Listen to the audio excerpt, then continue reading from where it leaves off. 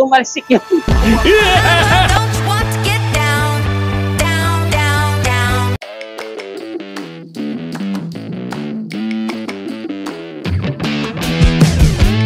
Masasabi ko lang sa penny board, posible siyang magamit kahit sa mga beginner na katulad ko, pero kailangan na talaga dahan-dahan lang, mahina lang yung padya. Importante din na tama yung sapatos na suot natin kasi yung sapatos na suot ko medyo mahina yung kapit. Nakita nyo to, tumalsik yun.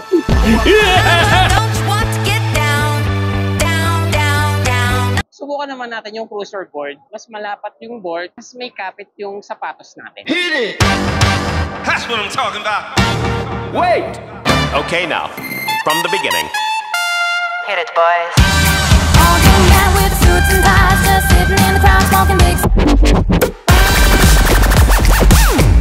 So today, nandito ako sa Mall of Asia Chaser Concept Store. Kasama ko si Ian. Meron ko bang marirecommend sa akin na skateboard, portable, yung kahit nagbabiyahe ako sa bus, sa jeep, pwede ko siyang madala. Meron po.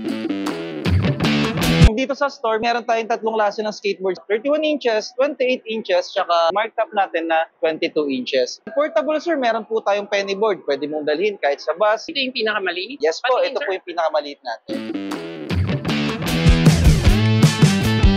Pang bata lang ba yan? This penny board, pwede rin po siya pang adults. Capacity weight po nito up to 100 kilos na rin po. Bearings po niya, ABIC na. Axle po niya, rotating din po yan. Kaya malambot din po yung axle. Pwede mong tansyahin yung lambot tsaka yung tigas na axle. Ito po yung mga color choices natin. Meron tayong blue, meron tayong yellow, pink, white, aqua, black, at saka blackout. Halimbawa, beginner lang ako sa pag-skateboard or never ko pa na-try, pwede rin ba sa akin tong penny board? Wala naman po siyang pinipiling edad. For beginners, pro, pwede po siya. Ito naman po yung cruiser board natin. 28 inches po siya. ABIC 11 naman po yung bearings po niya. Same axle din po, kagaya ng penny boards natin.